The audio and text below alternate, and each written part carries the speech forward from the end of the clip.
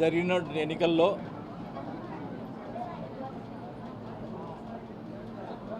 మేము ఊహించని విధంగా రిజల్ట్ రావడం జరిగింది.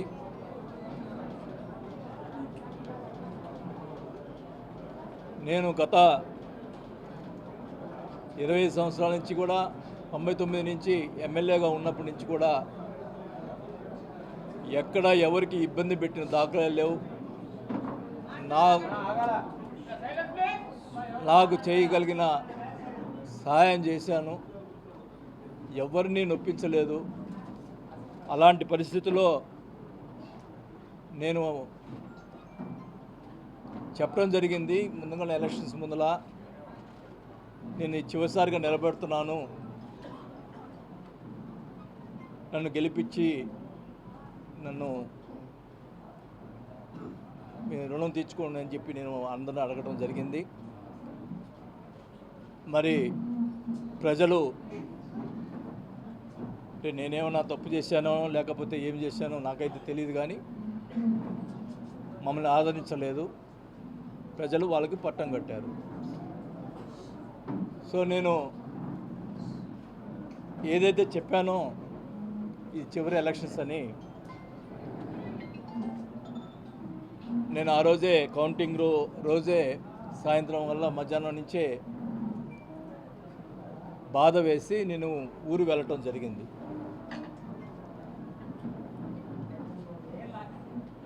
గతంలో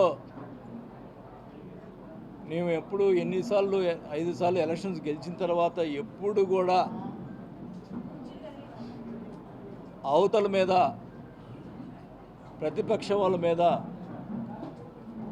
ఎప్పుడు కూడా ఓడిపోయిన సంబంధించిన వాళ్ళ మీద ఎప్పుడు కూడా కక్ష సాధింపు చర్యలు చేయలేదు. 2019 ముందల కమ్మపాలనలో మమ్మల్ని అడ్డగించి అమరవాద పాలన చేసినా కూడా వాళ్ళ మీద అధికారం వచ్చిన తర్వాత చిన్న కేసు కూడా పెట్టలేదు. మా క్యారెక్టర్ అట్లాంటిది. మరి ఎలక్షన్ అయిన తర్వాత కార్యకర్తల మీద, అమాయకుల మీద కొట్టడం, మరి వాళ్ళ మీద బూతులు తిట్టడం, కేసులు పెట్టడం, దౌర్జన్యాలు చేయటం ఎన్నో చేశారు. మీ అందరూ తెలుసు. మురళీని కానీ వీళ్ళందరినీ ఎలా కొట్టారో, కానీ వాళ్ళ మీద కేసులు పెట్టడం కూడా, సరైన కేసులు పెట్టడం కూడా లేదు. అంటే పోలీసులు వన్ సైడ్గా చేశారు. మా మీద ఆ రోజు మురళి ప్రెస్ మీట్ పెట్టా అని చెప్పి కొట్టారంట. నేను అధికారంలో ఉన్నప్పుడు, మంత్రిగా ఉన్నప్పుడు కూడా బోల్డ్ మంది ప్రెస్ మీట్లు పెట్టారు. టీడీపీ వాళ్ళు ఇష్టం వచ్చినట్టు మాట్లాడారు. అంటే ఇప్పుడు వాళ్ళు ఇష్టం మాట్లాడినప్పుడు మేము కూడా ఆ రోజు చర్య తీసుకుంటే ఏమయ్యేవాళ్ళు? మాకు చేత కాకనా? అంటే ఏంటి మీ ఉద్దేశం? ఈ రకంగా చేయటం మంచి పద్ధతి కాదు.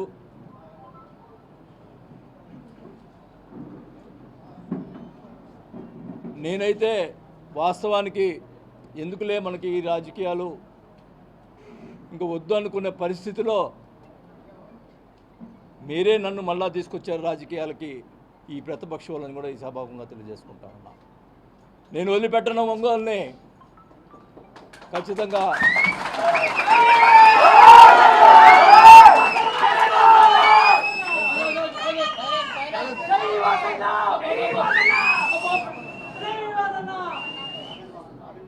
ఖచ్చితంగా చెప్తా ఉన్నా,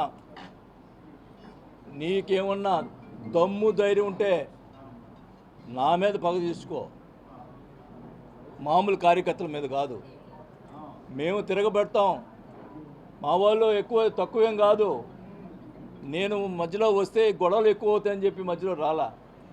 కానీ మీరు మీ చర్యలు చాలా దుర్మార్గంగా ఉన్నాయి. ఒక ఆయన ఏమో ఫ్లెక్సీలు వేస్తాడు, చోటగాడు పారిపోయాడు, అబ్బా కొడుకులు పారిపోయారు. వాళ్ళ చేత ఫ్లెక్సీలు వేయించి ఇచ్చేస్తూ ఉన్నారు.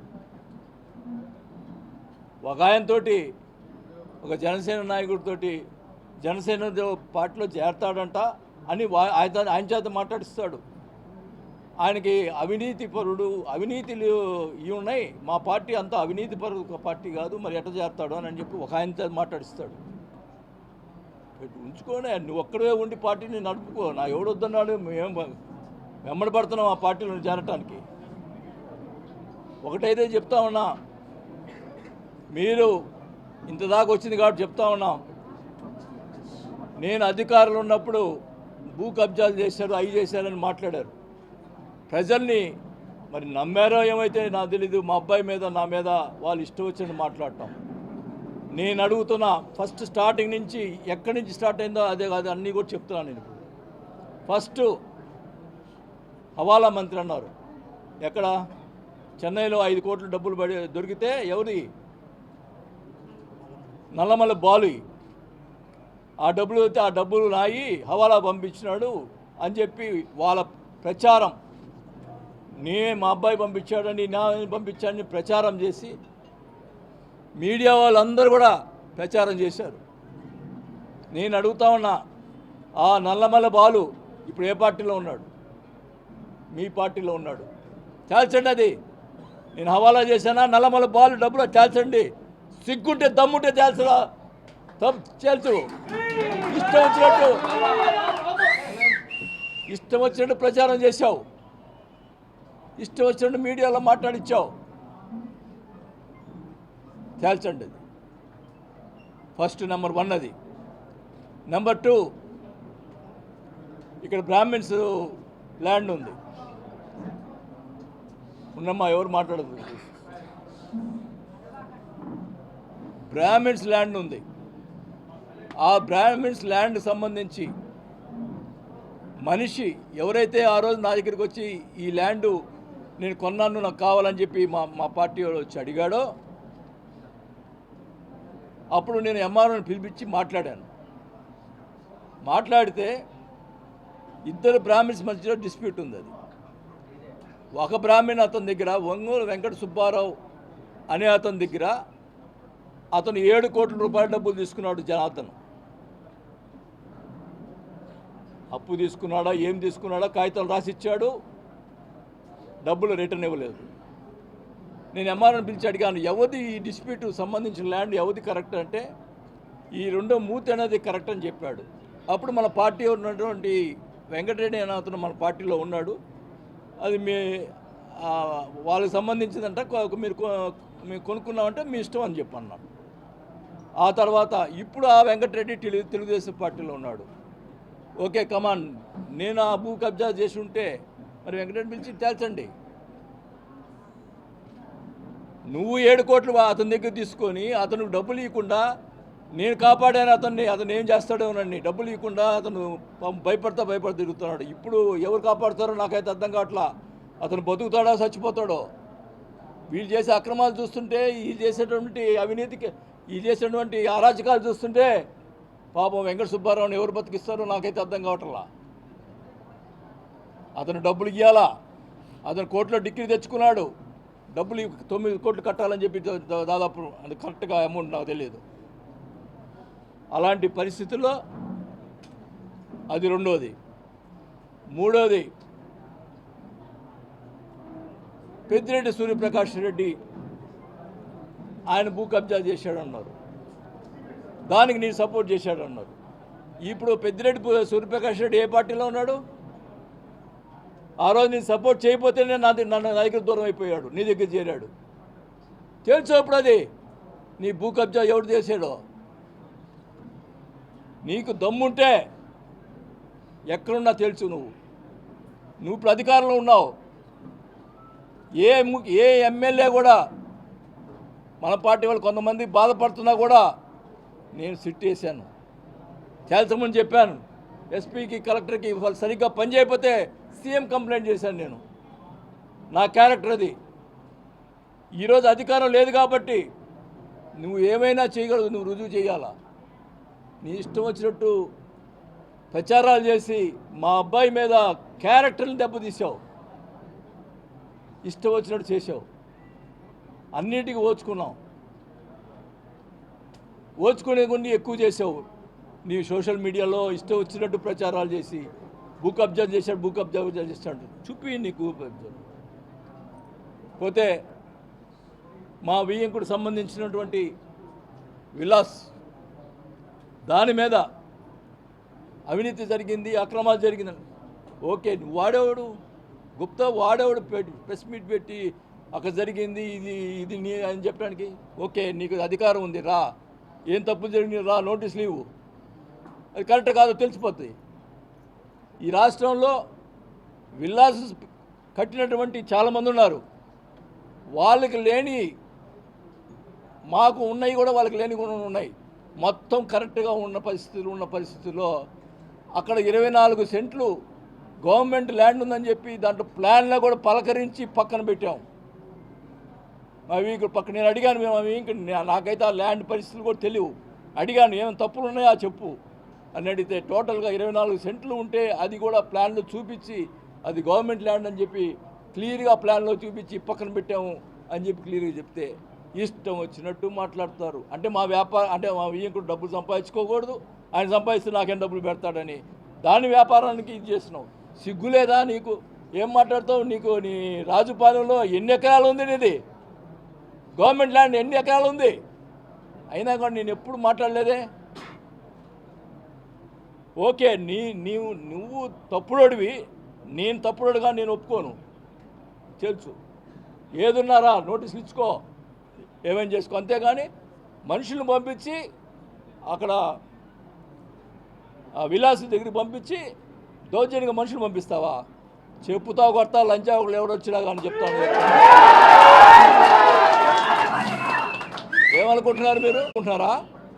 తెగించానంటే ఎవరికి ఆగదు. ఒకటే మర్యాద కుటుంబంలో పుట్టిన వాళ్ళు మేము. ఈ రకంగా చెడు చేష్టాలు చేస్తే ఊరుకునే పరిస్థితి లేదు, గుర్తుపెట్టుకోండి. మా కార్యకర్తల మీద దెబ్బ పడితే, నా మీద పడిన దమ్ముంటే నా మీద రా.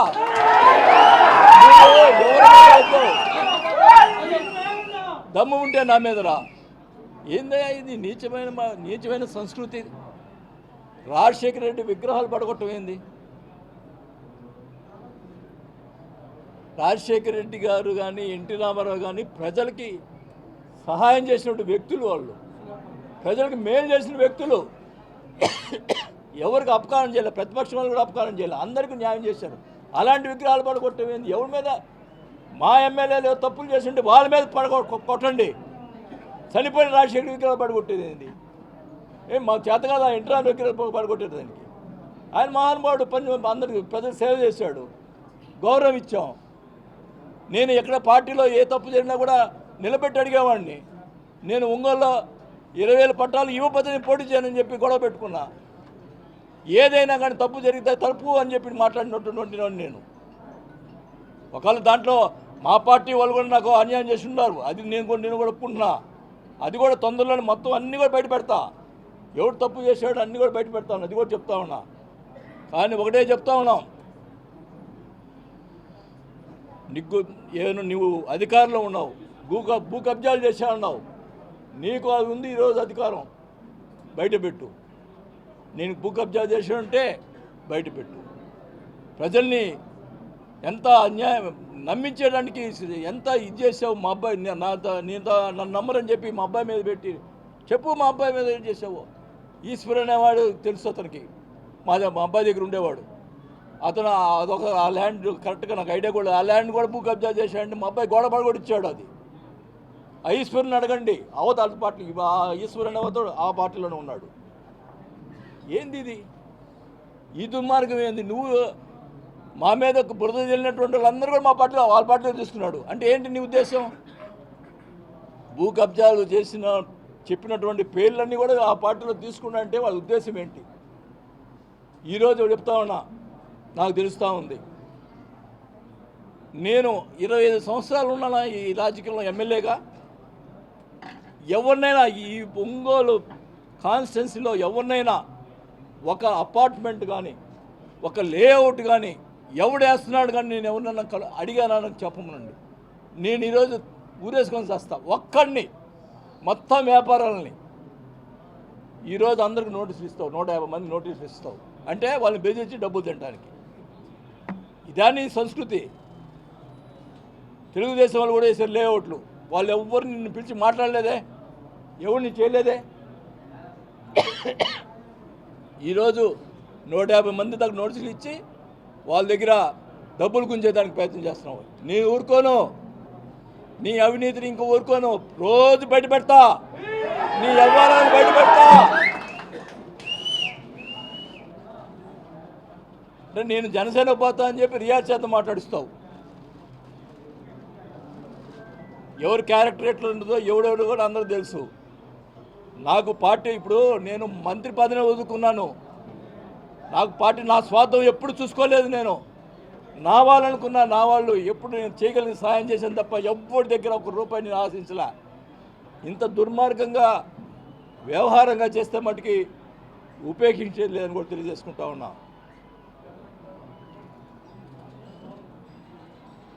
మీరు ఏం చేస్తారు? ఎందుకు నోటీస్ ఇచ్చారు? వాళ్ళు డబ్బులు ఎందుకు వసూలు చేస్తారు? అధికారులు ఫోన్ చేసి చెప్తున్నారు, ఏం సార్ ఇది మీరున్నప్పుడు ఒక్కరు కూడా మాట్లాడారు. ఫోన్ చేసి బెదిరిస్తున్నారంట. ఒక మైనింగ్ అధికారిని బెదిరిస్తాడు ఒక ఆయన, చోటా నాయకులు. ఈ బెదిరింపులు ఏందో, ఈ అధికారులు ఏందో. కానీ పాపం ఎంప్లాయీస్ కూడా పాపం ఓట్లు వేశారు కదా, వాళ్ళకి జరగాలి కదా అట్లా. మరి మేము ఏం చేసామో వాళ్ళు ఏం చేస్తున్నారో అర్థమవుతుంది ఇప్పుడు. కానీ ఒకటే చెప్తున్నా, నీకు అధికారం ఇచ్చారు, మేము చేయగలిగిన పనులు చేశాం. మంచినీటికి సంబంధించి 339 కోట్లు తీసుకొచ్చాం. అంతా రెడీ అయింది, టెండర్ అయింది. దాని నుంచి ఇవయ్యా మంచినీళ్ళు ఇప్పించవయ్యా జనాలకి. ఇచ్చి నీ పని చెయ్యి. వాడిని కొట్టు, వీడిని కొట్టిన తర్వాత ఏమన్నా అడిగితే నాకేం తెలియదు. ఏంది ఇది? మనుషులు కొట్టేది ఏంది? ఏముంది? రేపు నేను కూడా డైరెక్ట్గా అటాక్ ఇస్తా. కాకపోతే కేసులు పెడతారు, లోపల వేస్తారు. ఏమవుతుంది? 2 రోజులు బయటకు వస్తా. మా వాళ్ళు కూడా రెడీగా ఉన్నారు.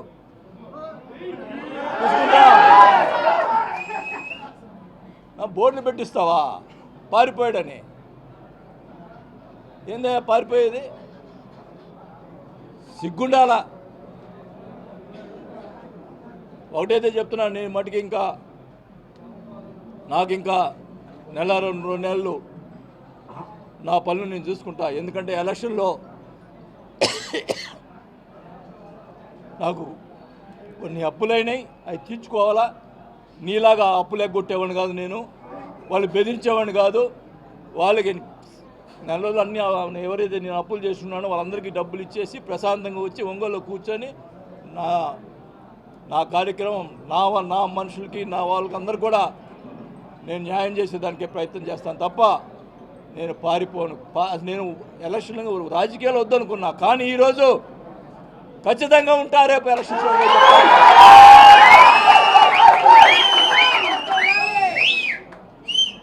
ప్రతిదీ అవినీతి చేసే ప్రతి కార్యక్రమాన్ని బయటపెడతా. నేను చేయకుండా నా మీదకు బుద్ధ చల్లావు. ఈరోజు నువ్వు చేసే కార్యక్రమం మొత్తం బురద చల్లుతాను, మొత్తం బయట పెడతాను. ఎక్కడ కూడా అవినీతి జరిగితే సహించలేదు, ప్రజా పోరాటం చేస్తామని చెప్పి కూడా తెలియజేసుకుంటా ఉన్నాను. నాకు ఎవరు అవసరం లే, మా మనుషులు ఉన్నారు, మా వాళ్ళు ఉన్నారు. నాకు వెనకెత్తి ఖచ్చితంగా నేను చేస్తాను.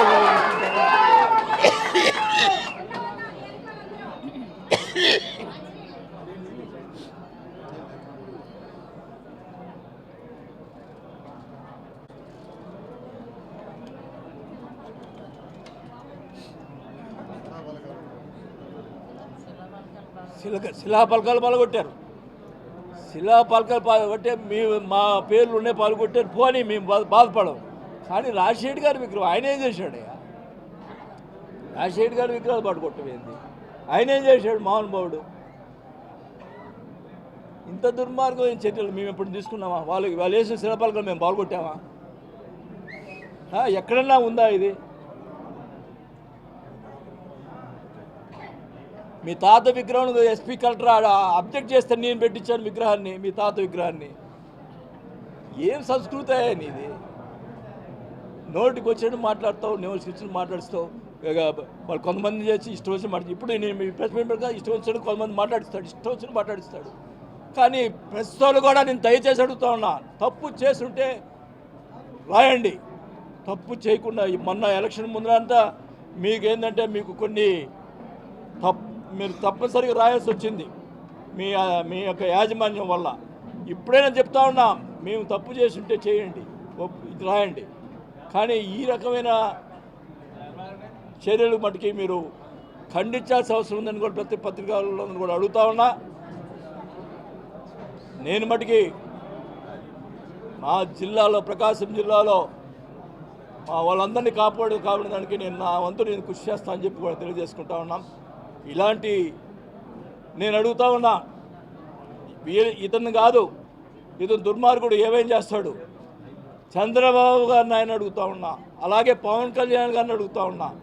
నా మీద ఈ భూ కబ్జా కేసులు అన్నీ అని చెప్పి అవినీతి పెట్టాడు. వచ్చి వాళ్ళని తేల్చుకునండి,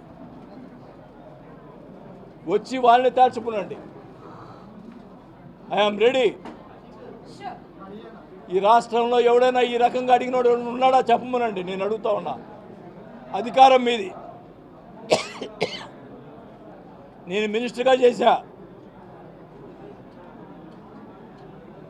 చేసినప్పుడు ఫస్ట్ మినిస్టర్ చేసినప్పుడు, మైన్స్ మినిస్టర్ చేసినప్పుడు జగన్ గారి మీద కేసు పెట్టినప్పుడు నా మీద కూడా కేసు పెట్టాలని చెప్పి జేడి లక్ష్మీనారాయణ గారు, వాళ్ళకు సంబంధించినటువంటి మనుషులందరూ కూడా నేను చేసిన టైంలో ఉన్నట్టు ఫైల్స్ మొత్తం తిరిగేశారు. చిన్న ఫైల్ కూడా దొరకలా, సంతకం చిన్న ఫైల్ కూడా దొరకలా. అది బాలినేని శ్రీనివాసరెడ్డి గుర్తుపెట్టుకోండి. రెండోసారి పవర్ మినిస్టర్ ఉన్నా నేను చేసిన టైంలో ఎక్కడైనా అవినీతి జరిగిందో చెప్పండి. నేను ఎంప్లాయీస్ కోసం ఫైట్ చేశా, నేను మినిస్టర్గా ఉండి. అది నా క్యారెక్టరు, గుర్తుపెట్టుకోండి. మీ ఇష్టం వచ్చినట్టు ఈ రకంగా వాళ్ళ పై వాళ్ళు చెప్పటం, మళ్ళీ స్క్రిప్ట్ జరగటం. ఈయన జనార్దన్ గారు, మన లోకేష్ గారు వచ్చినప్పుడు, చంద్రబాబు నాయుడు గారు వచ్చినప్పుడు స్క్రిప్ట్ ఇస్తాడు, ఒక పెద్ద స్క్రిప్ట్ నా మీద. ఒక అవినీతి, నేను ఏం అవినీతి చేశాను స్క్రిప్టు, దమ్ముంటే తేల్చు నువ్వు. లోకేష్ గారు ఒకటి అడిగాడు, జగన్మోహన్ రెడ్డి గారు మంత్రి ఎందుకు తీసేశారని.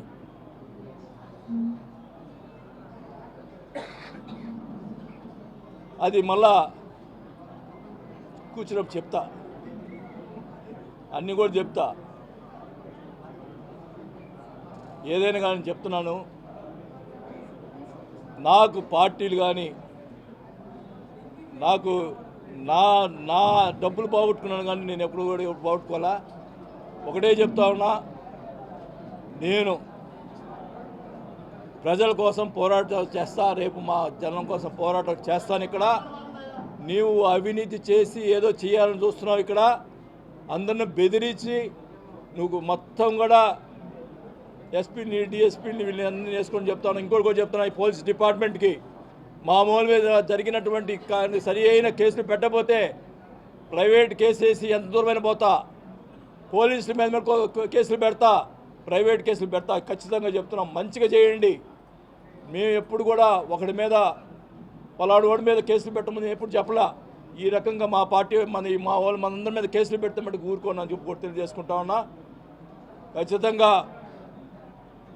నన్ను నమ్ముకొని నాతో ఉండేవాళ్ళు నా మనుషులు ఎవరో, మరి వాళ్ళ కోసం నేను ఏదైనా చేసేదానికి సిద్ధంగా ఉంటాను కూడా. నా యావదసిపోయినా పర్వాలేదు, కానీ నా వాళ్ళ కోసం నేను ఒకటే చెప్తా ఉన్నా, ఈ రకమైన నువ్వు ఫస్ట్ ఏ అయితే నువ్వు మాట్లాడావో, భూ కబ్జాలు చేసావో, నా అవినీతి గురించి నువ్వు ముందు బయట తేల్చాల్సిన అవసరం ఉందని కూడా తెలియజేసుకుంటా ఉన్నా. ఏది ఇప్పుడు అధికారంలో నువ్వు ఉన్నావు, నీకు అవకాశం ఉంది. నేను నిన్ను అనట్లేదు, నేరుగా చంద్రబాబు నాయుడు గారిని, పవన్ కళ్యాణ్ గారిని అడుగుతున్నా. ఇదేదో తేల్చండి అని కూడా అడుగుతా ఉన్నా. నేను కరెక్టా కాదా అని ప్రజల్లో కూడా తెలియాల్సిన అవసరం ఉందని కూడా తెలియజేసుకుంటాను.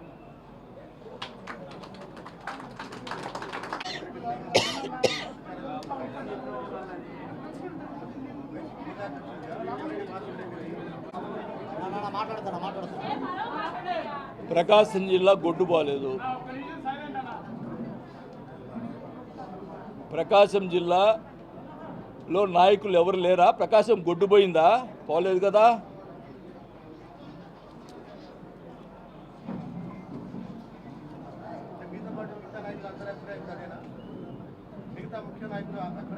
నేను కార్యకర్తల గురించి ఆలోచిస్తాను. నా అభిప్రాయం ఇది. మిగతా నాయకులు నేనేం చెప్పేది? నా అభిప్రాయం ఇది. ప్రకాశం జిల్లాలో ఉన్నటువంటి నాయకుడు అయితే జిల్లా అధ్యక్షుడు అయితే బాగుంటుందని నా అభిప్రాయం. అది కరెక్ట్ కాదా? మీరు చెప్పండి, ప్రజలు చెప్పండి, అది చెప్పండి. చెప్పు చంద్రశేఖర్.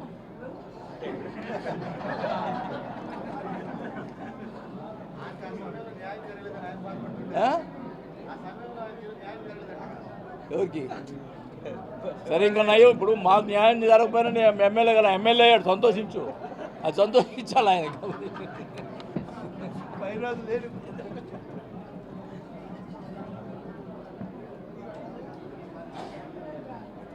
ఏంది నేను చెప్పిన దాంట్లో ఏం తప్పేమైనా ఉందా?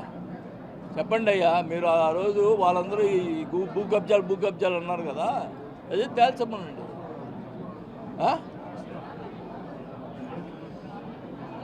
సరే, రాజుపాలెంలో ఉన్నటువంటి ల్యాండ్ కూడా తేల్చమనండి. రొయ్యల చెరువులో మొత్తం డీకేలేగా, వాళ్ళన్నీ డీకేలు, సగం డీకేలు. మీకు అవి తెలియలేబ్బా, అవి తెలియదు. మాయ అయితేనే తెలుస్తుంటే మీకు.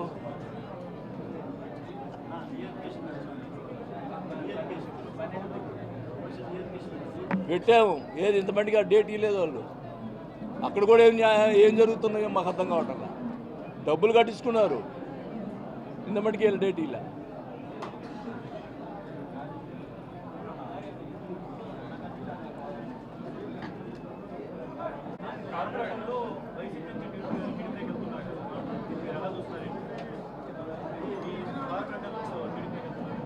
అని మీ మీడియాలో ప్రచారం చేస్తున్నారు. వాళ్ళేం చెప్పారా? అప్పుడు ఎలక్షన్ ముందరే మారారు.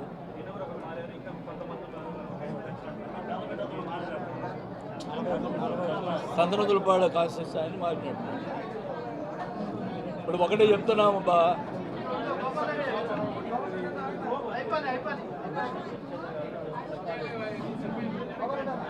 ఒకటి చెప్తా ఉన్నాం. నన్ను నమ్ముకున్న వాళ్ళే నా మనుషులు. వాళ్ళు ఎవరు నమ్ముకుంటే వాళ్ళకి న్యాయం చేసేదానికి నేను చేస్తాను. ఇప్పుడు ఈ ఎట్లుందంటే, రోజుకి నేను కాపలా కాలేను కదా. ఎవ్వరు పారు ఉంటారు, ఖచ్చితంగా మేయర్ ఉంటుంది.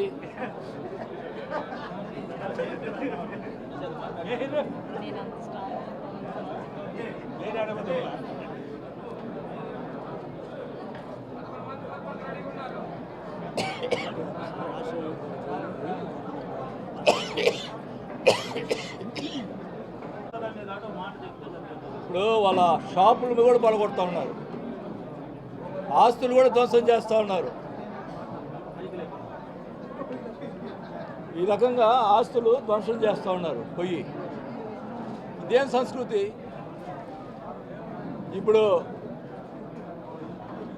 మేము ఉన్నప్పుడు ఒక కాలిపోయింది ఎక్కడ, కాంప్లెక్స్లో. అతను మా పార్టీ కూడా కాదు.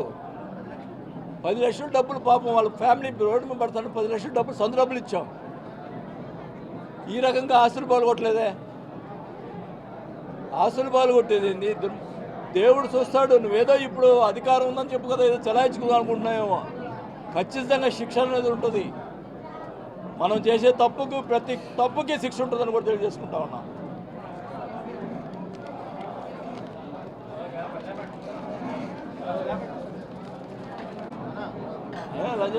వాడేపించింది వీడియో.